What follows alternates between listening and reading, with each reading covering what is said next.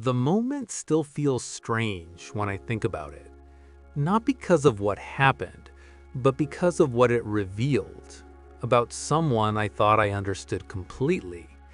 And the truth is, if I hadn't stopped that day, just for a minute, I probably would have gone my whole life believing something that wasn't real. Before we begin, please support MindShift Stories by subscribing, liking the video, and leaving a comment. Your support helps us continue sharing meaningful stories with the world. Most days of my life used to follow the same quiet pattern. Wake up around 6:30, coffee, a quick scroll through my phone, then the usual drive to work through the same set of traffic lights, the same gas station, the same people waiting at the bus stop near the intersection. It was the kind of routine you stop noticing after a while. I worked in a mid-sized insurance office downtown. Nothing glamorous, mostly paperwork, phone calls, and meetings that could have easily been emails. But it was stable, predictable, and honestly, I like that. I've always been the type of person who pays attention to small things, people's habits, little changes in behavior, the way someone says I'm fine when they're clearly not.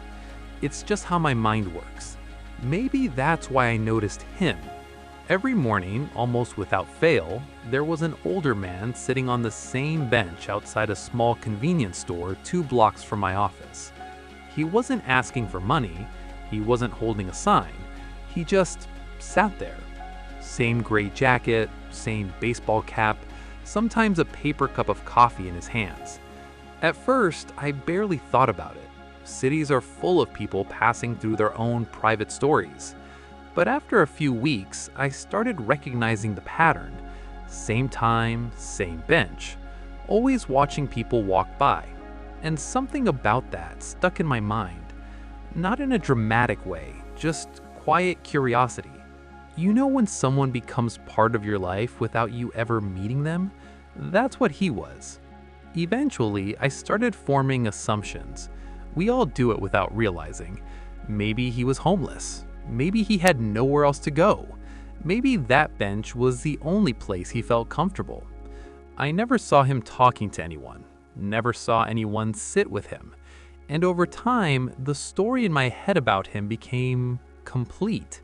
He was just another lonely man passing time in a busy city. At least that's what I believed.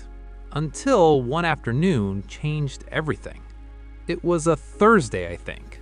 Work had been unusually exhausting. One of those days where every small problem stacked on top of the next until you just wanted to go home and sit in silence. I left the office earlier than usual. Instead of rushing straight to my car, I decided to walk a different way, cut through the side street behind the convenience store. It was quieter there, less traffic. I remember pulling my jacket tighter because the wind had picked up. And that's when I saw him, the man from the bench. But he wasn't sitting this time.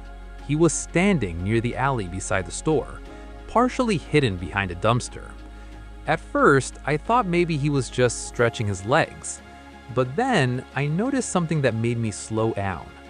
He was holding a brown paper bag, and he was carefully placing small containers of food on the ground, one by one, like he was organizing something. Then a small movement caught my eye. A dog. Thin, nervous, probably a stray.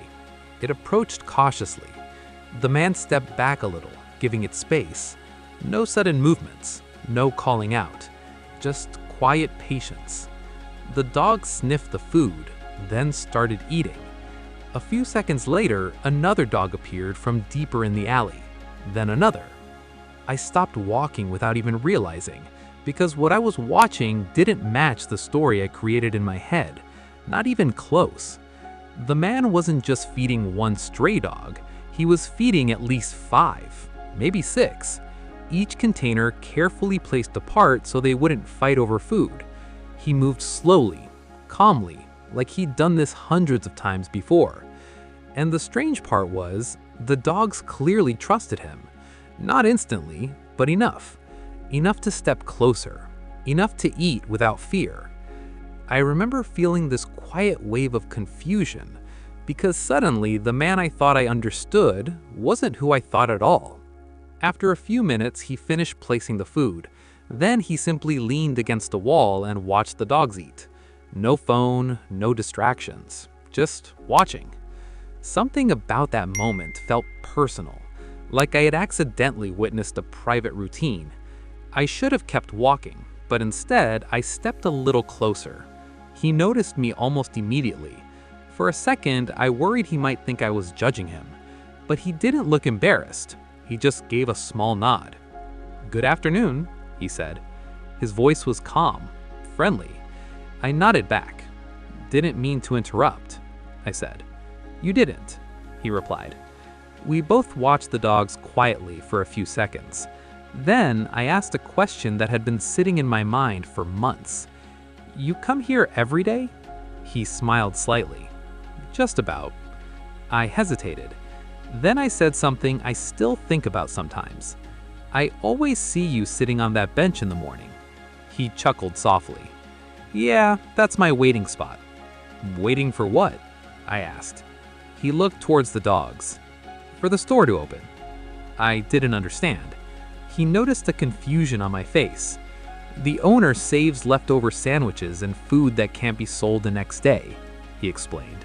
"Lets me take it so it doesn't go to waste." I felt something shift inside me right then. Not dramatic, just a quiet realization. All those mornings I had passed him, all those assumptions I had built. And the truth was, he had been doing something thoughtful the entire time, without attention, without recognition, without anyone even noticing, except by accident. I remember saying almost awkwardly, "That's really kind of you." He shrugged. "Someone's got to do it." The dogs were finishing their food now. One of them walked over and sat near his feet. He reached down and scratched behind its ear. "You know," he said after a moment, "people think they understand someone just by looking at them." I didn't know what to say, because he was right, and he didn't sound bitter about it, just aware. I used to think the same thing. "About who?" I asked. "Everybody." That line stuck with me. We talked for a few more minutes, nothing dramatic, just small conversation. I learned he worked as a mechanic most of his life, retired early after some health issues, didn't like sitting at home all day, so he started coming here. At first, just for coffee. Then one day he noticed a stray dog digging through the trash, and something about that moment made him start bringing food. "Funny how small things turn into routines," he said. Eventually, the dogs wandered off one by one. The alley went quiet again. He picked up the empty containers, folded the paper bag, and tossed it in the trash. Then he brushed his hands together and looked at me. "Well, guess that's the shift." I smiled. "I'm glad I saw it." He nodded. Then he walked back towards the bench on the corner, the same bench I had passed hundreds of times. But now it looked different. Not because the bench had changed, because my perspective had. On my way home that evening, I kept thinking about something simple.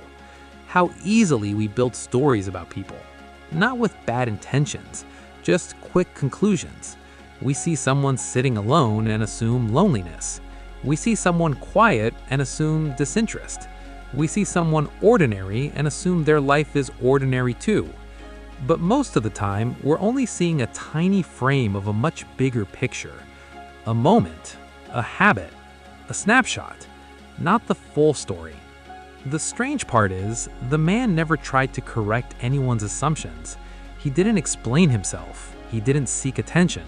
He simply did what he felt was worth doing, quietly. And maybe that's what shocked me the most. Not the dogs, not the food, but the reminder that kindness often happens in places nobody's looking. The next morning, when I drove past that intersection, he was sitting on the bench again. Same gray jacket, same coffee cup, watching people walk by.